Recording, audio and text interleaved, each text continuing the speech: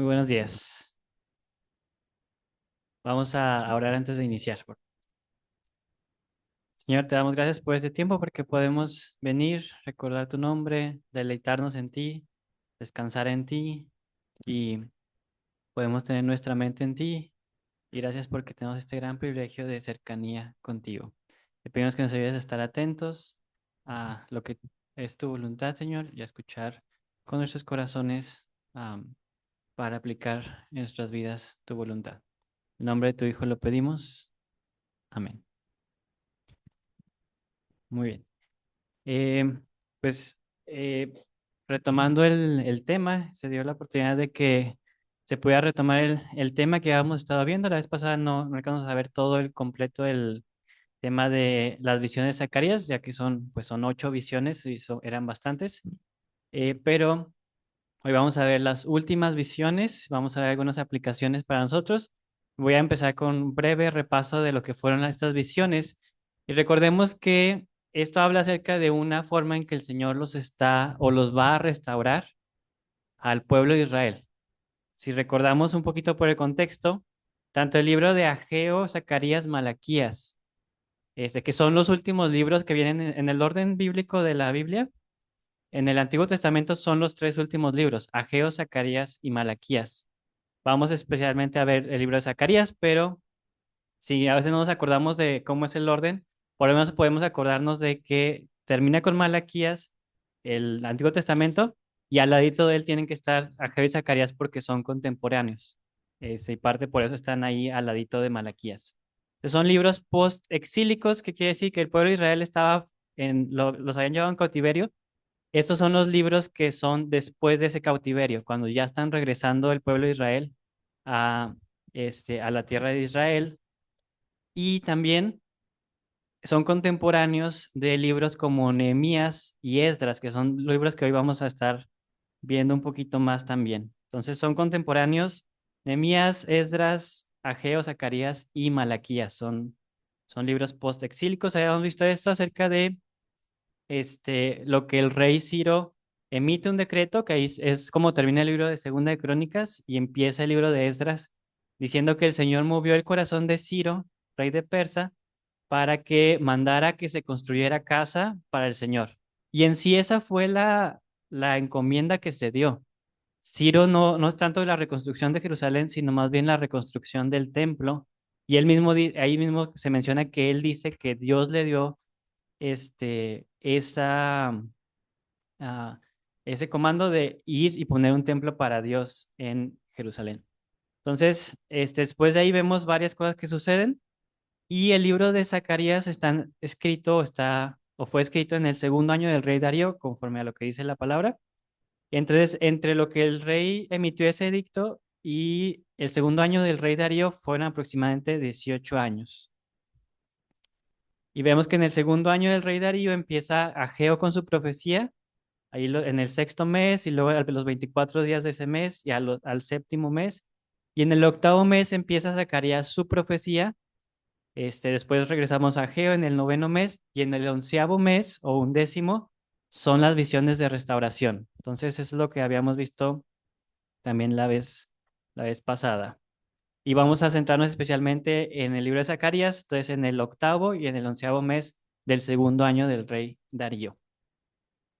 Y habíamos dicho que pues esta es una historia de restauración por parte de Dios hacia el pueblo y el Señor empieza a consolarlos y por eso se dan estas visiones, que era el propósito, así explícitamente se menciona en el capítulo 1. Y vemos la premisa con la que empieza el libro de Zacarías, también lo vimos, que dice, se enojó Jehová en gran manera contra vuestros padres. Y así inicia el libro. Es lo primero que dice. Y diles pues, y vemos el contraste, que vemos que no es como que dice, se enojó mucho el Señor, por tanto ya no se acerquen a mí o tienen que hacer esto y esto, sino dice, volveos a mí. Es la indicación principal que da el Señor, con la que abre también la invitación. Dice, volveos a mí, dice Jehová de los ejércitos, y yo me volveré a vosotros, ha dicho Jehová de los ejércitos. Pues después de esta premisa que dice, se enojó Jehová en gran manera, diles pues, vuélvanse a mí. Vemos ese corazón de parte del Señor de buscar una restauración hacia con Él. Entonces, de ahí inician las las 8 visiones a los 24 días del mes onceavo, que Zacarías y Ageo son muy específicos en qué momento y en qué tiempo. Probablemente Malaquías estaba cercano, se parecen mucho a las profecías, pero en Malaquías nunca se especifica tiempos ni nada.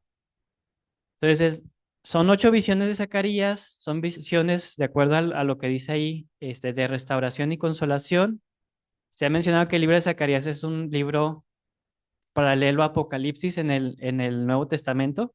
Se le conoce como el Apocalipsis del Antiguo Testamento. No solo estos pasajes, sino por todo lo demás que menciona, los siguientes capítulos también. Muchísima simbología. Hay libros muy padres donde van explicando cada parte. Ahorita la hemos visto por encimita, pero eh, varios autores mencionan que pues cada visión, cada cosa o cada detalle que se menciona es por alguna razón, al ser una visión. Y también muchas promesas para el pueblo de Israel. Y pues lo que buscamos es hacer una interpretación de cómo el Señor los fue restaurando y ver aplicaciones para la iglesia ahora. Entonces voy a ir rápido en las primeras visiones, pero estas son las que vimos la vez pasada. La visión de los caballos, la visión de los 4 cuernos, la visión del hombre con un cordel de medir, la visión de Josué, la visión del candelero de oro y los 2 olivos. Y falta, y vamos a ver hoy, la visión de un rollo que volaba, la visión de una mujer dentro de una medida o dentro de un cesto es- que estaba ahí, y la visión de 4 carros que van a hacer juicio. Son las últimas visiones de las 8. Nada, recordando la primera visión, está un hombre en medio de muchos arbustos o de mirtos, esa es una plantita, es como un arbusto, y vemos diferentes caballos. Estos caballos vienen con el reporte y dice, hemos recorrido la tierra y vienen a dar su reporte y dice, toda la tierra está tranquila y está en paz. Ese es el reporte que le dan al hombre que está sobre el caballo rojo o el caballo alazán. Ahí dice, he aquí toda la tierra está en paz y está tranquila. Y luego se hace esta, esta petición, dice, oh Señor de los ejércitos, ¿hasta cuándo seguirás sin compadecerte de Jerusalén y de las ciudades de Judá, contra las cuales has estado indignado estos 70 años? Y es como que dice, todo lo demás alrededor está en paz y está en tranquilidad. ¿Y cuándo le toca a Jerusalén ser restaurada? ¿Hasta cuándo va a ser restaurado el pueblo? Y el Señor dice más adelante en el versículo 16, me volveré a Jerusalén con compasión. Y hace la promesa de que el Señor va a estar en medio de ellos a través del templo y que va a haber restauración. Y dice, todavía voy a elegirlos, todavía voy a restaurarlos. Esa es la primera visión. Después veamos nosotros, 1 Pedro nos invita, dice, y viniendo a él como una piedra viva, desechada por los hombres, pero escogida y preciosa delante de Dios, también vosotros como piedras vivas, sed edificados como casa espiritual para un sacerdocio santo, para ofrecer sacrificios espirituales, aceptables a Dios por medio de Jesucristo. Veamos esto, venir a Cristo como piedra viva, buscando la edificación de la iglesia. Después vimos la visión de los 4 cuernos y los 4 artesanos o 4 carpinteros, que son cuernos muy grandes que nadie se atrevía a levantar la cabeza a verlos. Y vemos que lo que emite juicio contra estos cuernos, porque estos cuernos son los que ahí se menciona que dispersaron a Israel, lo llevaron en cautiverio. Y las personas que van a hacer juicio contra estos cuernos son unos artesanos. Y veamos que pues no son ni un guerrero o todo un ejército. Muchas veces Zacarías se conoce por ser un libro donde se repite mucho la frase Jehová de los ejércitos y aquí no se usa. Son 4 carpinteros los que van a atacar a esos 4 cuernos, que eran muy potentes. Y vemos que la palabra cuerno se usa para poder o potencia. Y vemos pues también el Señor que nos dejó ejemplo y veamos aparte que era una consolación al pueblo de Israel de decir, el Señor se va a encargar de ellos. Él sabe a quiénes va a utilizar y cómo los va a utilizar y no tiene que ser a fuerzas un ejército grande, simplemente unos artesanos que iba a utilizar. Y vemos también el Señor que nos habla diciendo que nos dejó ejemplo para que sigamos sus pisadas. Dice, el cual no hizo pecado ni se halló engaño en su boca, quien cuando le maldecía no respondía con maldición, Cuando padecía no amenazaba, sino encomendaba la causa al que juzga justamente, quien llevó él mismo nuestros pecados en su cuerpo sobre el madero para que nosotros, estando muertos a los pecados, vivamos a la justicia, y por cuya herida fuisteis sanados. Porque vosotros seríais como ovejas descarriadas, pero ahora habéis vuelto al pastor y obispo de vuestras almas. Esta palabra obispo, recordando que es una palabra que quiere decir que es alguien que ve o sobrevé todo, que está viendo todo y sabe la condición de nuestras almas, y a él podemos encomendar nuestra causa, y él sabrá cómo actúa.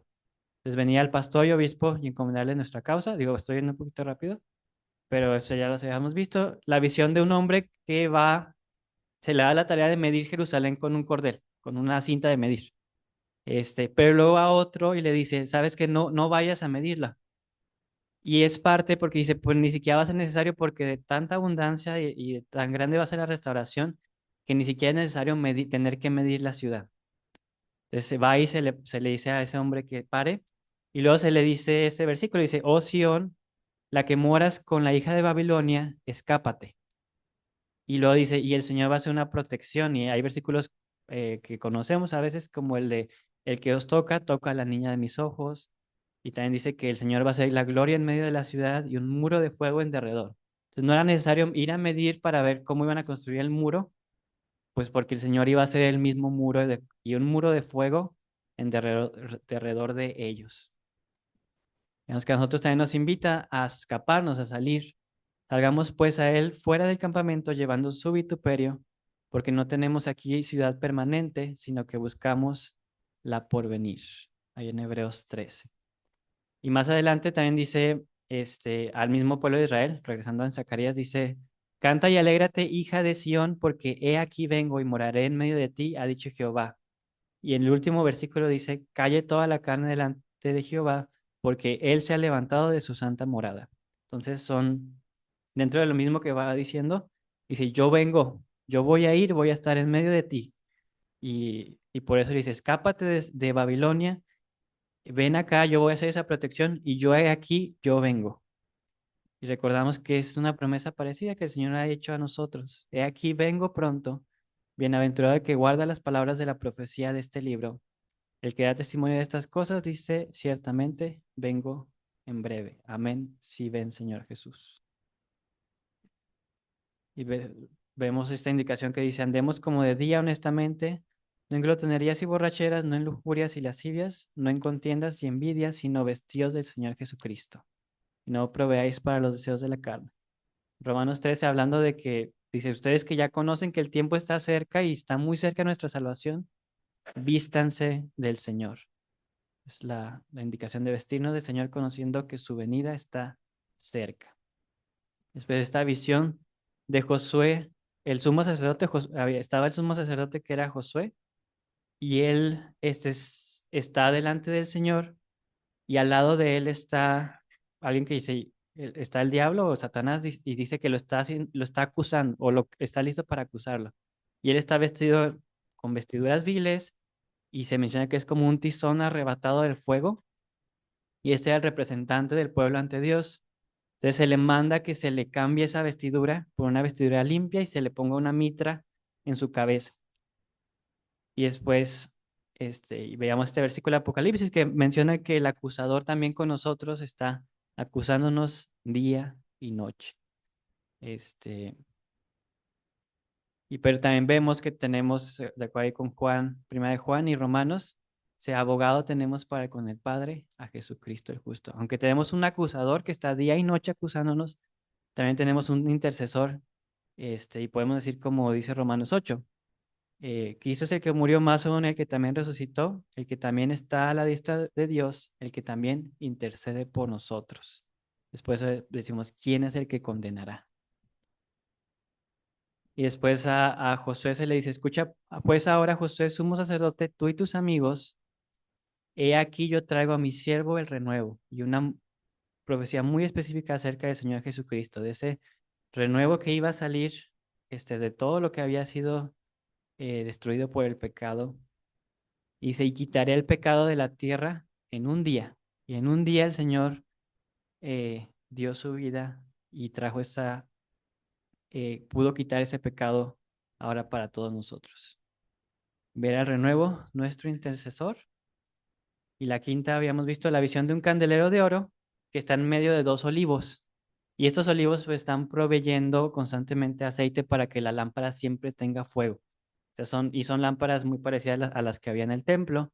De hecho, en la interacción que tiene Zacarías con el ángel, el ángel como que se sorprende de que Zacarías no entendiera esta visión, porque eran cosas del templo y Zacarías venía de la línea de sacerdotes. Y dice este versículo, no con ejércitos ni con fuerza, sino con mi espíritu, ha dicho Jehová de los ejércitos. Una profecía para Zorobabel, que era el gobernador en ese momento, o el líder. Decía que Zorobabel iba a estar ante un gran monte y con el poder del espíritu y lo iba a convertir ese gran monte a llanura. Y veamos pues la indicación de nosotros. A Zorobabel se le dio, dice que el Espíritu Santo iba a estar con él hasta que terminara todo, tanto la construcción del templo como la restauración. Pero vemos ahora que nosotros pues tenemos esa gran bendición de tener al Espíritu morando en nosotros. Y si el Espíritu de aquel que levantó de los muertos a Jesús mora en vosotros, el que levantó de los muertos a Cristo Jesús vivificará también vuestros cuerpos mortales por su Espíritu que mora en vosotros. Así que, exaltado por la diestra de Dios y habiendo recibido del Padre la promesa del Espíritu Santo, lo ha derramado como ahora vosotros veis y oís. Y lo dio y lo ha derramado sobre nosotros. Digo, puedes andar en el Espíritu y no satisfagáis los deseos de la carne. Y Romanos 8:6 dice, porque el ocuparse de la carne es muerte, pero el ocuparse del Espíritu es vida y paz. Bien. Y pues la invitación a vivir en el Espíritu. Y así entramos a las últimas profecías. Entonces, estas, de hecho, quedó muy bien porque las visiones están divididas en dos partes. Una hablan acerca de una restauración y la otra parte no es la mitad, pero la otra parte hablan de visiones acerca del pecado quitado o pecado llevado. Las que vimos son justo de restauración. Vemos la presencia del Señor por medio del templo, el juicio contra las naciones, la de los cuernos, la protección del Señor, la restauración del sacerdocio a Josué, el sumo sacerdote, y la guía del Espíritu Santo hacia Zorobabel. Y todas estas hablan mucho de restauración. Las que vamos a ver hoy es una acerca de un juicio que el Señor va a traer, pero es un juicio interno, como una limpieza interna que va a traer el Señor al pueblo de Israel, la destitución de la maldad y una de juicio final. Entonces, estas tres visiones que siguen son visiones enfocadas ahora sí en el pecado. Entonces vemos primero vemos esta parte de como restauración de varias cosas que tenían que acomodarse y también después vamos a estas visiones que ya hablan más específicamente de pecado. Si me acompañan, vamos a Zacarías capítulo 5 para poder leer los versículos.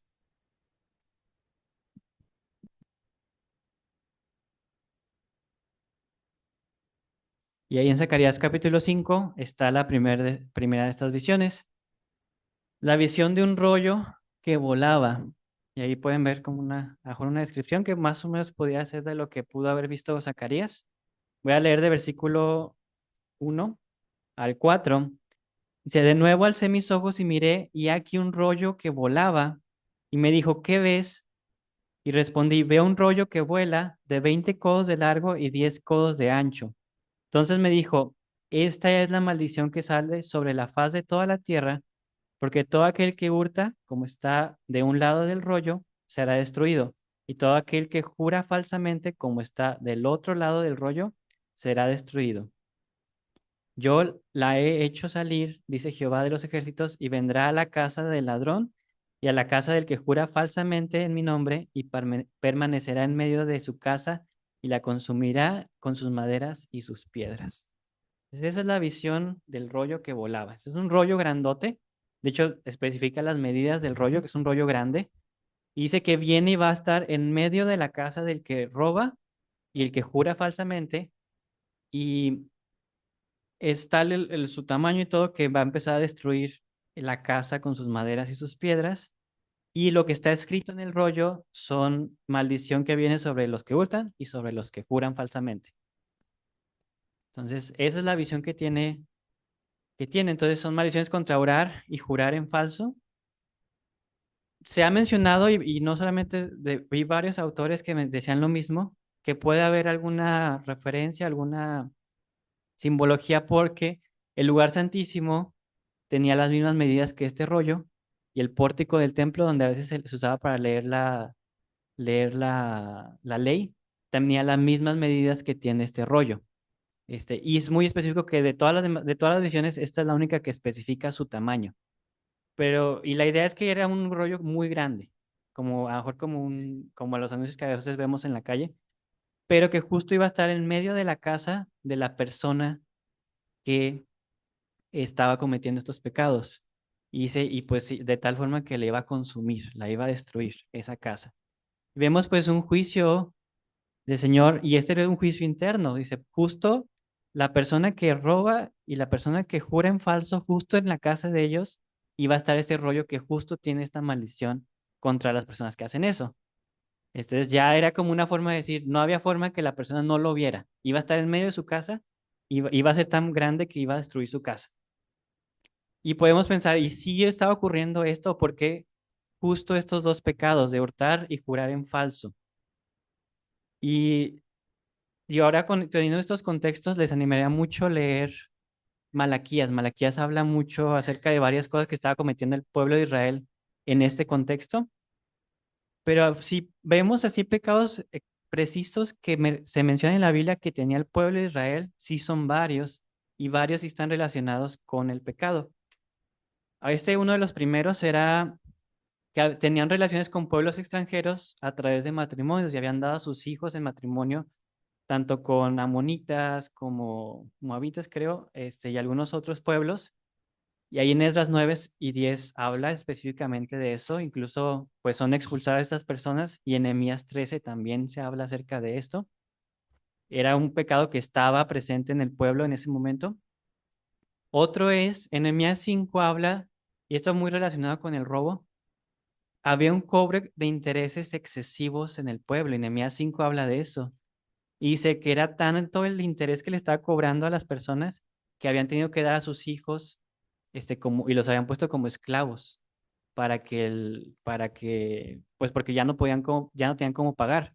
Y cuando llega Nehemías y se da cuenta de eso, pues los exhorta y pues les dice que tienen que regresar las tierras y los hijos, y dice, ¿cómo es que si acabamos de salir de un cautiverio, cómo es que ustedes vienen y los ponen en cautiverio otra vez a sus mismos hermanos? Entonces ahí podemos ver que pues normalmente la usura o el cobro excesivo de intereses se conoce como robo. También Nehemías 13:10 habla y no sé si parte fue la razón, que había una persona que se llama Tobías viviendo en el templo. Le habían puesto un cuarto para que él viviera ahí. Este, y en ese cuarto era donde a veces guardaban como ofrendas. Entonces ese cuarto lo habían quitado y era un cuarto creo que grande. Sí, lo habían utilizado para que Tobías, una persona que se burló directamente en el libro, creo que de Esdras, del pueblo de Israel, se menciona que él hace una burla directa contra ellos. Más adelante, llegó a tener esa unión con uno de los líderes por medio de un matrimonio de sus hijos, y de tal forma que lo protegía y le dio un cuarto en el templo. Entonces, llega Nehemías, se da cuenta de eso, se enoja mucho, y ahí es cuando menciona que había un incumplimiento de ofrendas a los levitas y cantores. No se les estaba dando a ellos la ofrenda que debían tener. De tal forma que los levitas y cantores se habían tenido que ir a vivir a otro lugar, y se habían regresado a sus tierras porque no podían seguir en el templo, porque no había ofrendas o recursos para ellos. También una forma de robo. Y en Malaquías 3:8, ahí sí se le acusa directamente al pueblo diciendo que ellos habían robado diezmos y ofrendas. Y esa sí es una indirecta. Si quieren, vamos a ir a Malaquías 3:8 para ver esa, allá al ladito de Zacarías. Pues Malaquías 3:8 dice, ¿robará el hombre a Dios? Pues vosotros me habéis robado y dijisteis, ¿en qué te hemos robado? En vuestros diezmos y ofrendas. Luego el 9 dice, malditos sois con maldición, porque vosotros, la nación toda, me habéis robado. Y luego después en el 10 dice, traed todos los diezmos al alfolí y hay alimento en mi casa. Y probadme ahora en esto, dice Jehová de los ejércitos, y no os abriré las ventanas de los cielos y derramaré sobre vosotros bendición hasta que sobreabunde. Y seguimos viendo el corazón de Dios que es de restauración. Y aunque sí los acusa directamente y no solamente unos, toda la nación estaba robando. Dicen que no llevaban sus diezmos y sus ofrendas. ¿Y qué es lo que dice? Pero vengan. Y le da mi invitación, vengan, vuelvan, traigan sus ofrendas y yo voy a abrir las ventanas de los cielos y voy a traer bendición sobre ustedes. Entonces sí había hurto por parte del pueblo. Entonces también vemos pues que había ofrendas inmundas, tanto Ageo 2:14 y Malaquías 1 mencionan que estaban trayendo corderitos que estaban enfermos o que traían algún defecto. Y ese era el que traían para ofrendar. Y el Señor dice, pues que me están trayendo ofrendas inmundas. Incluso en Ageo dice, incluso antes de que pongan la piedra sobre el templo, la primera piedra sobre el templo, primero arreglen esto. Y en Nehemías 13 también se menciona que estaban vendiendo y trabajando en día de reposo. No estaban guardando ese día de reposo. Entonces, por lo menos explícitamente, y Malaquías menciona algunas otras cosas más, pero sí había pecados que todavía estaban prevalentes en el pueblo. Entonces, sí vemos por qué esta visión de este rollo, dice, si toda la nación estaba robando, pues por eso la razón de que este rollo grandote estuviera en la casa de todos los que estaban haciendo este hurto. Y ahora el propósito final y el propósito que creo que el Señor tenía en mente y sabía que pues no, lo esperaba no es que se consumiera la casa y con sus piedras y maderas, sino era buscar la restauración. Y eso lo vemos cuando tanto Esdras como Nehemías leen la ley. Ahí, por ejemplo, vamos a ver un pasaje, Nehemías 9:3 dice, y puestos de pie en su lugar, leyeron del libro de la ley de Jehová su Dios la cuarta parte del día, y la cuarta parte confesaron sus pecados y adoraron a Jehová su Dios. Entonces, sí es verdad que que la palabra del Señor iba a provocarles mucha incomodidad, pero al mismo tiempo iba a provocar que ellos confesaran sus pecados y adoraran a Jehová, su Dios. Y vemos que constantemente se repite esto, tanto en Nehemías como Esdras, varias veces se lee la ley y el pueblo cambia su corazón. Entonces, el propósito a lo mejor final no era que se destruyera la casa, sino era que ellos dejaran de cometer el pecado y confesaran su pecado. Otro vemos ahí más adelantito también digo un poquito atrás, perdón, en Nehemías 8:3 se menciona que se junta Esdras y varios de los jefes del pueblo y Nehemías y leyó en el libro de la plaza que está delante de la puerta de las aguas, desde el alba hasta el mediodía, en presencia de hombres y mujeres y de todos los que podían entender, y los oídos de todo el pueblo estaban atentos al libro de la ley. Pues todos escuchando la palabra, todos escuchando lo que el Señor tenía que decir. ¿Y qué es lo que trajo eso?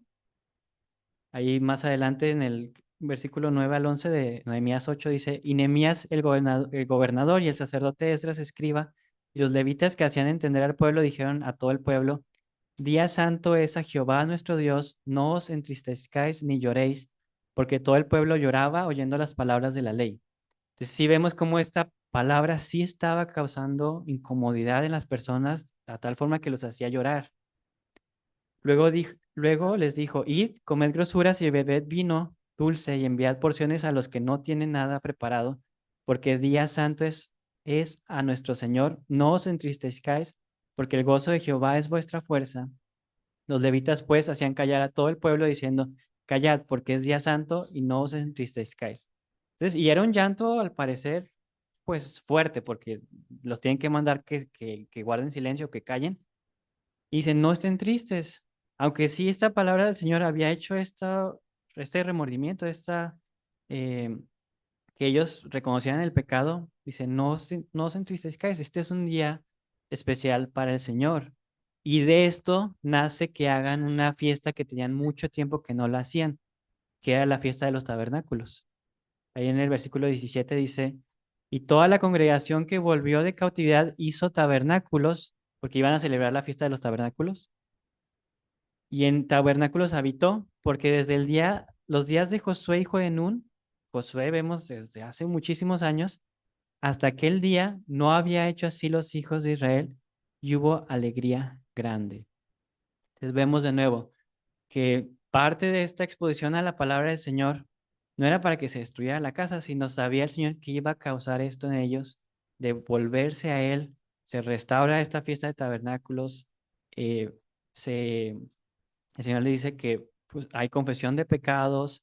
Vemos también en otra no lo puse aquí, pero también en Mías se menciona que leen otra vez la ley y es cuando deciden expulsar y alejar y hacer varias reformas y expulsan a todas las mujeres extranjeras con las que se habían casado.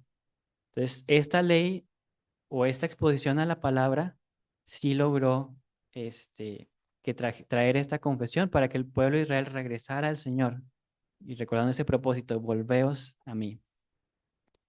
Y vemos ahora con nosotros algo muy parecido, pero ahora con la palabra del Señor dice, porque la palabra de Dios es viva y eficaz y más cortante que toda espada de dos filos y penetra hasta partir el alma y el espíritu, las coyunturas y los tuétanos y discierne los pensamientos y las intenciones del corazón. Entonces vemos igual, en ese entonces, pues un rollo grandote que destruyó una casa. Ahora vemos la simbología de la palabra de Dios como una espada. Y una espada que está penetrando coyunturas y tuétanos y está discerniendo pensamientos y las intenciones del corazón. Y en hebreo, y más el siguiente versículo dice, y no hay cosa creada que no sea manifiesta en su presencia. Antes bien, todas las cosas están desnudas y abiertas a los ojos de aquel a quien tenemos que dar cuenta. Entonces vemos igual la palabra del Señor haciendo este juicio, esta forma de quebrantar el alma y el espíritu reconociendo que ante el Señor, ante quien vamos a dar cuenta, no hay nada que se pueda escapar. Y bueno, si van ahí a Hebreos 4, y yo me acuerdo que hace mucho, cuando estaba en la librería, me gustaba mucho ver unas Biblias que estaban escritas, creo que alguna vez, no sé de dónde salió esa Biblia, pero alguna vez hubo una Biblia que no tenía muy marcada la división de versículos ni siquiera, ni los titulitos que a veces ponemos arriba, sino estaba toda escrita como en general, o sea, no había división de versículos, sino estaba toda así general. Y era muy padre leerla porque a veces ciertas divisiones te cortan un poquito de la idea. Creo que en Hebreos 4:12 pasa mucho eso. Eh, si gustan ir ahí, si no, yo aquí lo voy a poner en la pantalla. Entonces, vemos este versículo que acabo de leer, el versículo 13, Hebreos 4:13 dice, no hay cosa creada que no se manifiesta en su presencia, antes bien todas las cosas están desnudas y abiertas ante los ojos de aquel a quien tenemos que dar cuenta. Entonces, ese es el versículo 13. Y luego el versículo 14 dice, por tanto, teniendo un gran sumo sacerdote que traspasó los cielos, Jesús el Hijo de Dios, retengamos nuestra profesión, porque no tenemos un sumo sacerdote que no pueda compadecerse de nuestras debilidades, sino uno que fue tentado en todo, según nuestra semejanza, pero sin pecado. Acerquémonos, pues, confiadamente al trono de la gracia para alcanzar misericordia y hallar gracia para el oportuno socorro. Entonces, mientras que nos está diciendo el pasaje, sí hay una palabra que es como una espada que te corta y tiene este poder sobre tu corazón y sobre tus pensamientos, y no hay nada que puedas ocultar delante del Señor. Entonces dice, por tanto, y sabemos que pues la palabra trae este quebrantamiento o va a redarguir a la persona. Y entonces introduce esta parte, dice, por tanto, o sea, estando conscientes de eso, acerquémonos pues al trono de gracia para alcanzar misericordia. Muy parecido a lo que vimos ahorita. Sí, sí es verdad que ese rollo iba a causar destrucción, iba a estar justo sobre la persona que pecaba, pero vemos que la invitación del Señor era de restauración. Esto, y vimos, y lo vemos por lo que se menciona en Esdras y Nehemías, iba a traer restauración al pueblo. Nosotros también tenemos esta palabra viva y eficaz que puede traer restauración a nosotros y nos dice, sí, está esta espada de dos filos que por tanto te hace acercarte confiadamente al trono de gracia para alcanzar misericordia y hallar gracia para el oportuno socorro. La palabra de Cristo mora en abundancia en vosotros, enseñándonos y exhortándonos unos a otros en toda sabiduría, cantando con gracia en vuestros corazones al Señor con salmos e himnos y cánticos espirituales. Colosenses 3:16. Entonces, que sí habite en nosotros, como ese rollo habitaba en medio de esa casa, la palabra del Señor, pero que nos dé gracia el Señor en nuestro corazón. Entonces, la exhortación a vivir con la palabra o en la palabra del Señor. Vemos ahora, vamos a regresar a Zacarías, capítulo 5, la siguiente visión de una mujer, ahí versículos, capítulo 5 y versículo 5, dice, y salió aquel ángel que hablaba conmigo y me dijo, alza ahora tus ojos y mira esto que sale. Y dije, ¿qué es? Y él dijo, este es un efa. Un efa se refiere al cesto, a la medida ahí, que sale. Además dijo, esta es la iniquidad de ellos en toda la tierra. Y he aquí levantaron la tapa de plomo y una mujer estaba sentada en medio de aquel efa. Y él dijo, esta es la maldad. Y la echó dentro del efa y echó la masa de plomo en la boca del efa. Alcé luego mis ojos y miré, y he aquí dos mujeres que salían y traían viento en sus alas, y tenían alas como de cigüeña, y alzaron el efa entre la tierra y los cielos, y dije al ángel que hablaba conmigo, ¿a dónde llevan el efa? Y él me respondió, para que le sea edificada casa en tierra de Sinar, y cuando esté preparada, lo pondrán sobre su base. Pues esta es la otra visión, y vemos, pues es una mujer que está sentada en medio de ese cesto, y de hecho es por alguna razón, pues le ponen una tapa grandota, o sea, una tapa de plomo pesada, para que como que no se salga. Y se menciona que esta mujer es la maldad, así tal cual, la iniquidad y la maldad se menciona.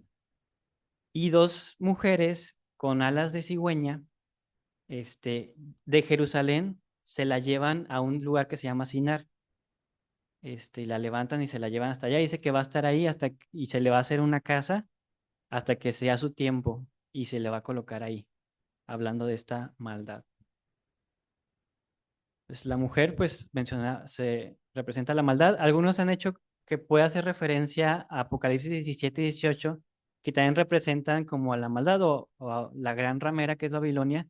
Es en Apocalipsis 17 y 18, habla de eso, y cómo es derrotada esta mujer. Y se ejemplifica también de esta forma. Sinar, o el lugar que se conoce como Sinar, es Babilonia, ¿sí? O ahí es donde está Babilonia. Entonces, básicamente el cesto con la mujer esta mala se la llevan a Babilonia y se dice que ahí se le va a hacer una casa para hasta que esté listo su tiempo y se va a colocar en su base. Por eso es que algunos hacen referencia que puede referirse a a este pasaje de Apocalipsis 17 y 18. Y algo interesante es que esta maldad estaba en Jerusalén. O sea, esta ejemplificación de la maldad estaba habitando en Jerusalén. Y llegan estos seres y se lo llevan a Babilonia. Y es como una forma de decir el Señor, pues es quitado del pecado que estaba en medio de Jerusalén y se lo van a llevar lejos. También puede hacer referencia a lo que mencionaba uno de los pecados del pueblo de Israel. Ahí en Esdras 9 dice, acabadas estas cosas, los príncipes vinieron a mí, hablando Esdras, diciendo, el pueblo de Israel y los sacerdotes y levitas no se han separado de los pueblos de las tierras, de los cananeos, eteos, fereceos, jebuseos, amonitas, moabitas, egipcios y amorreos, y hacen conforme a sus abominaciones. Esto es ya regresando a ellos de la cautividad, seguían y no se habían separado porque habían tenido matrimonios con todos estos pueblos. Dice, porque han tomado de las hijas de ellos para sí y para sus hijos, y el linaje santo ha sido mezclado con los pueblos de las tierras, y la mano de los príncipes y de los gobernadores ha sido la primera en cometer este pecado. Esta es una acusación muy fuerte que se hace, y a raíz de esto empiezan algunas reformas donde son expulsadas todas estas mujeres con las que se habían emparentado. Puede que por eso haga referencia que la persona, como referencia a la maldad, sea una mujer, pero si, sí estaba este pecado presente en el pueblo de Israel, donde ellos habían juntado el linaje santo con con otros pueblos. Y ahí más adelante dice, ahora pues dad gloria a Jehová, Dios de vuestros padres, y haced su voluntad, y apartaos de los pueblos de las tierras y de las mujeres extranjeras. Y respondió toda la asamblea y dijeron en alta voz, así se haga conforme a tu palabra. Y son expulsadas estas mujeres. En Nehemías 13 también dice, cuando oyeron pues la ley, separaron de Israel a todos los mezclados con extranjeros. Entonces, digo, lo que logró la palabra que se expuso fue que se hiciera este tipo de cosas. Y antes de esto, el sacerdote Eliasib, siendo jefe de la cámara de la casa de nuestro Dios, como dicen ellos, los primeros que cometieron este pecado fueron los mismos líderes, había emparentado con Tobías y le había hecho una gran cámara, que supone que era donde iban a guardar las ofrendas, en la cual guardaban antes las ofrendas, el incienso, los utensilios y el diezmo del grano del vino y del aceite que estaba mandado dar a los levitas y a los cantores y a los porteros y la ofrenda de los sacerdotes. Entonces, habían emparentado y por eso tenía esta protección especial sobre Tobías. Entonces, y después, y obviamente a Tobías lo sacan, dice, va Nehemías y agarra todas sus cosas y las avienta, las saca del templo y se vaya bastante agresivo. Y más adelante dice también que vi a sí mismo en aquellos días judíos que habían tomado mujeres de Asdod, amonitas y moabitas, y ya ni siquiera esos niños o hijos hablaban la lengua judaica o hebrea, sino hablaban en la lengua de Asdod, este, o de cada pueblo. Y dice, y reñí con ellos y los maldije, y herí a algunos de ellos y les arranqué los cabellos y les hice jurar diciendo, no daréis vuestras hijas a sus hijos, ni no tomaréis de sus hijas para vuestros hijos, ni para vosotros mismos. Creo que Nehemías era bastante rudo en esa cuestión. Tanto a Tobías, sí menciona que agarra sus cosas y las avienta, las saca a la calle o bueno, a lo que era afuera del templo. Y aquí con ellos incluso pues les arranca los pelos de la molestia que tenía. Y después dice, acuérdate de ellos, Dios mío, como contra los que contaminan el sacerdocio y el pacto del sacerdocio y de los levitas. Los limpié pues de todo extranjero y puse a los sacerdotes y levitas por sus grupos, a cada uno en su siervo, en su servicio. Después de que la profecía de Zacarías haga referencia un poquito a todo esto que estaba ocurriendo, donde sí, pues, la maldad estaba en medio de ellos y había que quitarlos porque decía así, y por los versículos que mencionan, que así como el pueblo de Israel antes de la cautividad fue llevado por esta misma razón, a- fue desviado del Señor y empezaron a cometer lo que se menciona como idolatría, este, y pues querían evitar eso y por eso fuertemente expulsan a todas esas personas. Y pues vemos que ocurre esta limpieza y vemos ahí que también pues en Zacarías se menciona que dos personas o dos seres van y se llevan a esta mujer mala.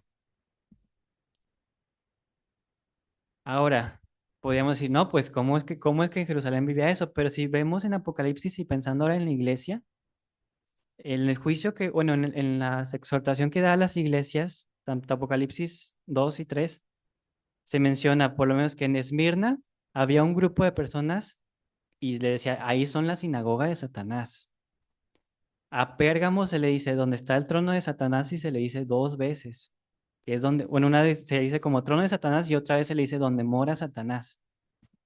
Y a Tiatira no se le menciona a Satanás, pero sí se menciona que dice, y tú toleras a esa mujer o a Jezabel. Entonces, ¿sabes? Podemos decir, no, pero pues como, este, pues sí, que a lo mejor ellos tenían ahí habitando la maldad de Jerusalén, pero en la iglesia no. Pero vemos por aquí por lo menos tres iglesias que se menciona que ahí estaba Satanás o ahí estaba esta mujer Jezabel, que de hecho esta mujer Jezabel se menciona que hacía lo mismo que podía ocurrir en el pueblo, que hacía fornicar a los de la iglesia y hasta cometer idolatría. Y eso era como su trabajo ahí en la iglesia de Tiatira. Entonces vemos esta, pues también posibilidad y sabemos que Satanás anda buscando a quien devorar y no va a buscar devorar a los inconversos, sino más bien va a buscar devorar a los fieles. Y también vimos el versículo anteriormente que él está acusando constantemente día y noche a los creyentes. Pensando en Efesios 2, dice, y él os dio vida a vosotros cuando estabais muertos en vuestros delitos y pecados, en los cuales anduvisteis en otro tiempo, siguiendo la corriente de este mundo conforme al príncipe de la potestad del aire, el espíritu que ahora opera en los hijos de desobediencia, entre los cuales también todos nosotros vivimos en otro tiempo en los deseos de nuestra carne, haciendo la voluntad de la carne y los pensamientos, y éramos por naturaleza hijos de ira, lo mismo que los demás. Y eso éramos antes, y en esta condición de pecado y de maldad. Pero Dios, que es rico en misericordia por su gran amor con que nos amó, aun estando nosotros muertos en pecados, nos dio vida juntamente con Cristo. Por gracia sois salvos. Y juntamente con Él nos resucitó y asimismo nos hizo sentar en los lugares celestiales con Cristo Jesús. Y ahora vemos que con nosotros, con la iglesia, no solamente nos ha redimido, sino que también en vez de, mejor, el pecado sigue aquí en el mundo, pero a nosotros nos ha llevado juntamente con Él y asimismo nos ha hecho sentar en los lugares celestiales con Cristo. Entonces, promesas aún mejores, no solamente de retirar el pecado, sino también nos lleva a vivir, a estar con Él en los lugares celestiales. Y vemos la exhortación ahí en Colosenses 3, dice, si pues habéis resucitado con Cristo, buscad las cosas de arriba donde está Cristo, sentado a la diestra de Dios. Poned la mira en las cosas de arriba y no en las de la tierra. Nos invita el Señor a vivir juntamente con Cristo, con la mente en lo celestial. A veces nos olvidamos de esa parte, que Él nos ha hecho ya sentar con Cristo en lugares celestiales. Ya no somos de este mundo, ahora somos del Señor. Y pues la última visión, la visión de los cuatro carros. Y vamos allá a Zacarías 6. Dice, de nuevo alcé mis ojos y miré, y aquí cuatro carros que salían de entre dos montes. Ahí vemos ver en la imagen dos montes. Y aquellos montes eran de bronce. En el primer carro había caballos alazanes o rojos. En el segundo carro, caballos negros. En el tercer carro, caballos blancos. En el cuarto carro, caballos overos, rucios, rodados, que son como un blanquito percudido o manchado. Respondí entonces y dije al ángel que hablaba conmigo, Señor mío, ¿qué es esto? Y el ángel me respondió y me dijo, estos son los cuatro vientos de los cielos que salen después de presentarse delante del Señor de toda la tierra. El carro con los caballos negros salía hacia el norte, y los blancos salieron tras ellos, y los overos salieron hacia la tierra del sur, y los alazanes salieron y se afanaron por ir a recorrer la tierra, y dijo, id y recorred la tierra, y recorrieron la tierra. Luego él me llamó y me dijo, diciendo, mira los que salieron hacia el norte, hicieron reposar mi espíritu en la tierra del norte. Entonces, ahí está como una imagen algo representativa de lo que pudo haber visto Zacarías. Entonces, casi siempre que se mencionan caballos, tanto lo vimos en la primera visión como en esta visión, hablan de algún tipo de juicio y son como seres que van, recorren la tierra y traen su reporte de lo que vieron.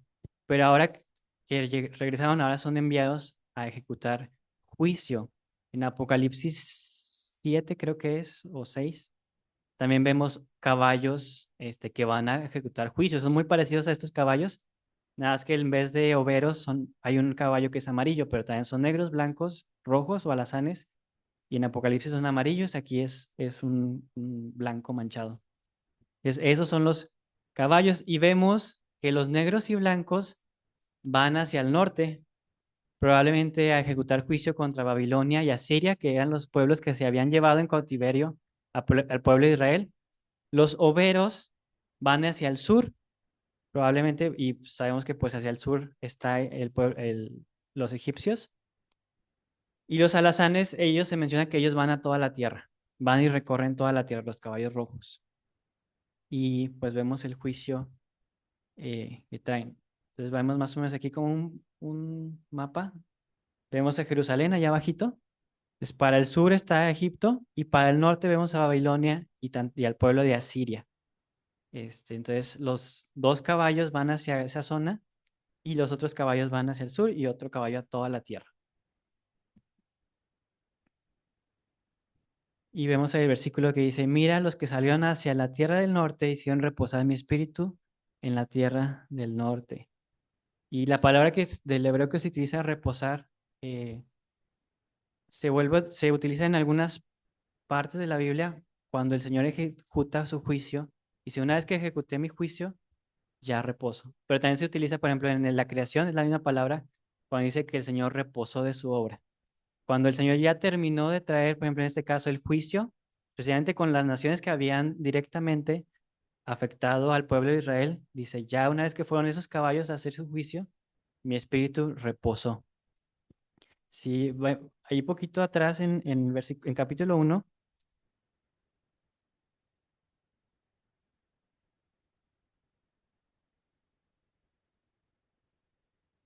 dice, voy a leer el versículo 14, Zacarías 1:14 dice, y me dijo el ángel que hablaba conmigo, clama diciendo, así ha dicho Jehová de los ejércitos, se lee con gran celo a Jerusalén y a Sión, y el versículo 15, y estoy muy airado contra las naciones que están reposadas, porque cuando yo estaba enojado un poco, ellos agravaron el mal. Entonces, sí había molestia de parte del Señor para esas naciones, porque dice, yo me enojé un poco, pero esas naciones hicieron demasiado mal al momento de llevar en cautiverio al pueblo de Israel. Y si vemos, incluso el libro de Lamentaciones menciona cosas muy fuertes, cosas muy tristes. Específicamente ese libro habla cosas muy tristes que vivieron el pueblo de Israel. O sea, aunque sí había que traer juicio, ellos fueron muy rudos en su juicio.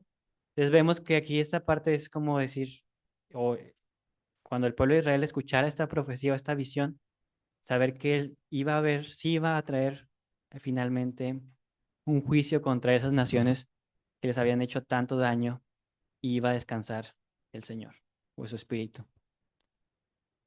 Pensando en nosotros y pensando en lo próximo, Apocalipsis 21 dice, si gustan vamos para allá, Apocalipsis capítulo 21,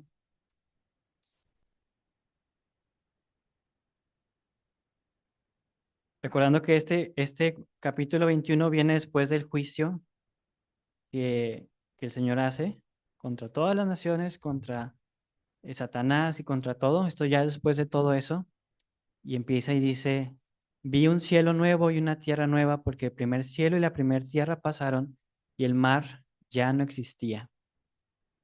He aquí el tabernáculo de Dios con los hombres, y él morará con ellos, y ellos serán su pueblo, y Dios mismo estará con ellos como su Dios. Nos vemos también para nosotros, sabemos que un día todo esto se va a acabar y que vamos a estar con él y lo vamos a ver cara a cara, y la morada del Señor, el tabernáculo, va a ser con Él, vamos a estar nosotros con Él. Y esta es nuestra esperanza. Y si ellos serán su pueblo, y Dios mismo estará con ellos como su Dios. Y es en lo que podemos descansar. Dice, enjugará Dios toda lágrima de los ojos de ellos, y ya no habrá muerte, ni habrá más llanto, ni clamor, ni dolor, porque las primeras cosas pasaron. Y esas son grandes promesas que tenemos que el Señor dice, cuando veamos ya cumplida su salvación, nosotros estando en reposo, viendo cara a cara al Señor, sabiendo que las primeras cosas pasaron. Y es un versículo que pues esta semana, ah, pues recordando a nuestra hermana Celia, como ella sufrió mucho, mucho tiempo y el Señor pues ya la abrazó y él ha enjugado toda lágrima. Y si ya no hay muerte, ya no hay llanto, ya no hay clamor, ya no hay dolor, porque todo esto ya pasó. Y luego los siguientes versículos dice, y me dijo, ahí, sí, y bueno, el versículo 5 dice, y el que estaba sentado en el trono dijo, he aquí yo hago todas las cosas nuevas, y me dijo, escribe porque estas palabras son fieles y verdaderas. Y el versículo 6 es este, y me dijo, hecho está, yo soy el alfa y la omega, el principio y el fin. Al que tuviere sed, yo le daré gratuitamente de la fuente del agua de la vida. Y el que venciere heredará todas las cosas, y yo seré su Dios, y él será mi hijo. Entonces, cuando el Señor ve todo esto, dice, ya pasó toda la tierra, ya pasó el juicio, y su palabra es, hecho está. Yo soy el alfa, el omega, el principio y el fin. Recordemos, el Cristo que una vez dijo, consumado es en la cruz, al cargar nuestro pecado, un día dirá, hecho está, cuando vea cumplida su salvación en nosotros. Entonces, una vez en la cruz, Él dijo, hecho está, consumado es. Y lo va a volver a repetir esa frase, pero ya cuando haya enjugado toda lágrima y haya ocurrido el juicio, y cuando esté habitando con nosotros, hecho está. Y es la esperanza que tenemos en Él. Ahí en Isaías 53 dice, cuando haya puesto su vida en expiación por el pecado, verá linaje, vivirá por largos días y la voluntad de Jehová será en su mano prosperada. Verá el fruto de la aflicción de su alma y quedará satisfecho. Por su conocimiento justificará a mi siervo justo a muchos y llevará las iniquidades de ellos. Por tanto, yo les daré parte con los grandes y con los fuertes, repartirá despojos, por cuanto derramó su vida hasta la muerte y fue contado con los pecadores, habiendo él llevado el pecado de muchos y orado por los transgresores. Isaías 53. Y vemos que dice, pues él verá el fruto de la aflicción de su alma y igual quedará satisfecho. Y es donde podemos poner nuestros ojos. Y al pueblo de Israel se le dio esta promesa de un juicio allá contra los que habían hecho daño. Y nosotros tenemos esta gran promesa de estar con él. Sí va a haber un juicio, pero podemos ver que el Señor, a través de lo que él hizo, él llevó ese juicio en su carne y a través de la aflicción de su alma quedó satisfecho y quedará satisfecho al ver ese fruto. Entonces, ahí algo que podemos aprender, pues venceremos con Cristo y podemos tener nuestra mente en eso. El desenlace es Zacarías 6, 9 al 15, ya no voy a leer, pero básicamente después de estas visiones, el Señor le dice a Zacarías que vaya y corone al sumo sacerdote. Interesante que no va a coronar a Zorobabel, sino corona al sumo sacerdote. Normalmente el sumo sacerdote no se le pone corona, pero se le manda que corone y va a ser testimonio para todos los gobernadores de los pueblos de alrededor de que el Señor estaba con ellos. Y se menciona de nuevo que hay un renuevo. Entonces, así termina, o sea, despuésito de estas visiones, esto es lo que ocurre y va Zacarías y corona a Josué, el sumo sacerdote. Y es pues una profecía muy mesiánica. Y ahora, esa es la invitación que, que le decía el Señor. Volveos a mí, dice Jehová de los ejércitos, y yo me volveré a vosotros, ha dicho Jehová de los ejércitos. Y si vemos la respuesta del pueblo, la podemos ver en Malaquías. Y creo que es algo que no debemos de imitar, porque dice, desde los días de vuestros padres os habéis apartado de mis leyes y no las guardasteis. Y les repite, volveos a mí y yo me volveré a vosotros, ha dicho Jehová de los ejércitos. Malaquías repite lo mismo que Zacarías les dice. Pero la respuesta del pueblo, pues no fue la mejor. Más dijisteis, ¿en qué hemos de volvernos? Y ese es Malaquías 3:7. Entonces, pues el Señor nos invita también a volver a Él y esperamos no hacer la misma respuesta que hizo el pueblo de Israel. Pues, ¿en qué me tengo que volver? Sino realmente buscarle a Él. Y el último versículo dice, porque si esas cosas están en vosotros y abundan, no os dejará estar ociosos y sin fruto en cuanto al conocimiento de nuestro Señor Jesucristo. Porque el que no tiene estas cosas tiene la vista muy corta, es ciego, habiendo olvidado la purificación de sus antiguos pecados. Por lo cual, hermanos, tanto más procurad hacer firme vuestra vocación y lección, porque haciendo estas cosas no caeréis jamás. Vamos a orar. Señor, te damos gracias por la forma en que tú hablas a nuestro corazón. Gracias porque tenemos esa esperanza en el cielo. Que un día todo esto pasará y ayúdanos a tener nuestros ojos, nuestra mente, nuestro corazón en ti, meditando en ti, poniendo la vista en tu venida, poniendo la vista en lo celestial. Te damos gracias por tu palabra. En nombre de tu Hijo. Amén.